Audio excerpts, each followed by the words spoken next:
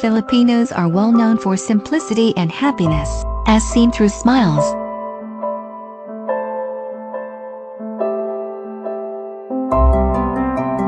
Unknown to many, the warmth and friendliness are traits that have been honed through years of hardships and disasters.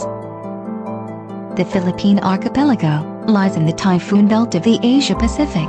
On average, there are 20 Pacific storms and countless monsoon rains that ravage lives and livelihood annually.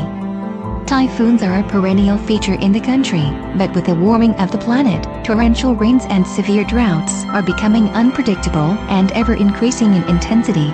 This results to billions of pesos worth of damages, thousands of climate change refugees, and hundreds of lives lost, all in increasing regularity. Typhoons like Sendong and Ondoy torrentially flood entire cities and communities. Enter Project ReBUILD.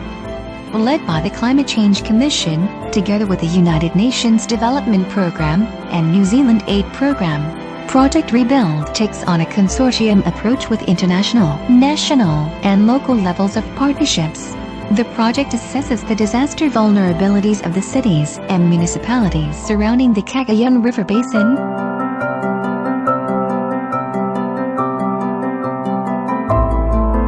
and the Hala River Basin.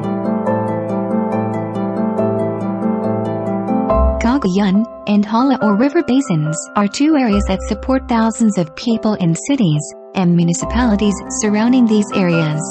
These water systems are home to diverse ecosystems and a vast array of flora and fauna. For a majority of Filipinos relying on agriculture and fishing, the river basins support communities and is a primary resource for water and irrigation. If disaster strikes in these river basins, entire human and natural ecosystems will be damaged, effectively paralyzing the local economy and community, leaving thousands homeless and helpless in a catastrophe. Project ReBUILD builds on the resiliency of the Filipino spirit by embarking on a vast and multifaceted collaborative project. Project ReBUILD is resilience capacity building for cities and municipalities to reduce disaster risks from climate change and natural hazards.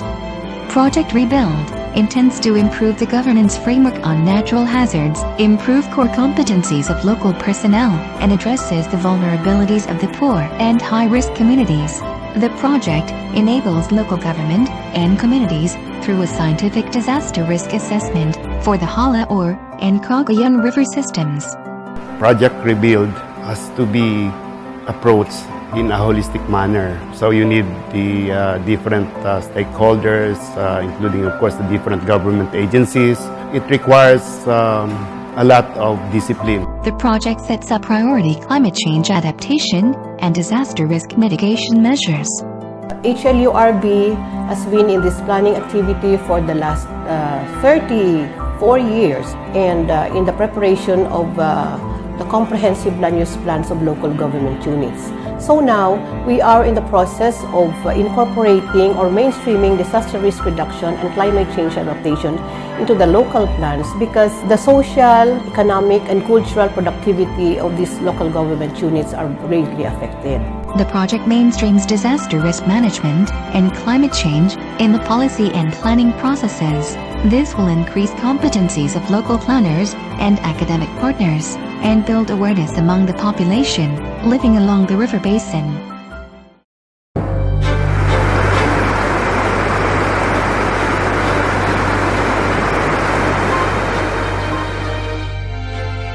This is Evangeline Ramos, a mother who lost two of her children during Typhoon Frank.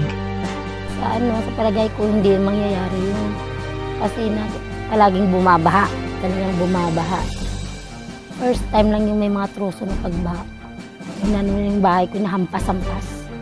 Talagang nawasak siya sa tubig kag troso. Doon kami naanod. Dalawa kami ng anak ko yung maliit. Tapos yung dalawa kong anak na babae, nasa loob pa rin. Natrap yun sa sa loob talaga ng bahay, natabunan. Tapos yung dalawa kong anak din, sa may kahoy din.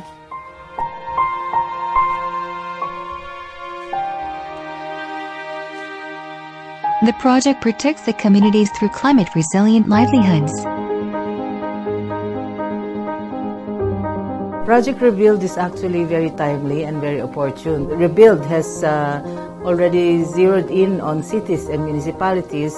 It is very welcome indeed because we more or less would already be involving the grassroots in the mainstreaming of the RRCCA concerns. One of the challenges would be the sustained interest of our partners. So with the help of the Project ReBUILD, at least the technical concerns that is necessary for mainstreaming the RRCCA and the tools would be put in place and would be provided by the project.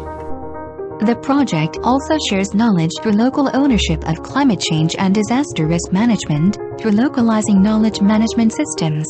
Project ReBUILD takes on a holistic and interconnected approach to creating policies and practices of resiliency in the midst of our warming planet.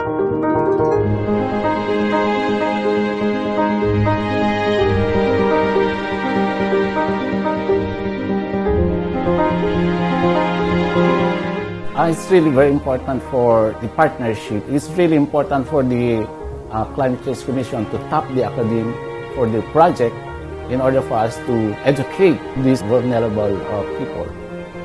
The main project is to have a hazard map wherein we really need data gathering, especially on GIS. And I think the College of Engineering is well equipped with technical people who knows how to do this. Project ReBUILD will improve the governance framework in Regions 2 and 6 by putting in place necessary enabling policy environment, mechanisms, systems, and tools for climate change adaptation decision-making. It will improve the capacities of concerned stakeholders to address disaster risk from natural hazards and climate change with setback development gains and make the vulnerable poor poorer. It will fill the gap on the spatial dimension of the projected disaster risk from climate change at the city and municipality level, where results can be immediately translated to mitigating measures like community-based and managed early warning systems, operational contingency plans, and re-engineering of infrastructure. The Climate Change Commission offers this project as the first stage of a more comprehensive and long-term capacity development program for cities and municipalities addressing both acute or disaster and chronic or slow creeping risk from climate change and other related natural hazards. Furthermore, there is a need to characterize the risks in a more integrated fashion to ensure cost-effective mitigation actions.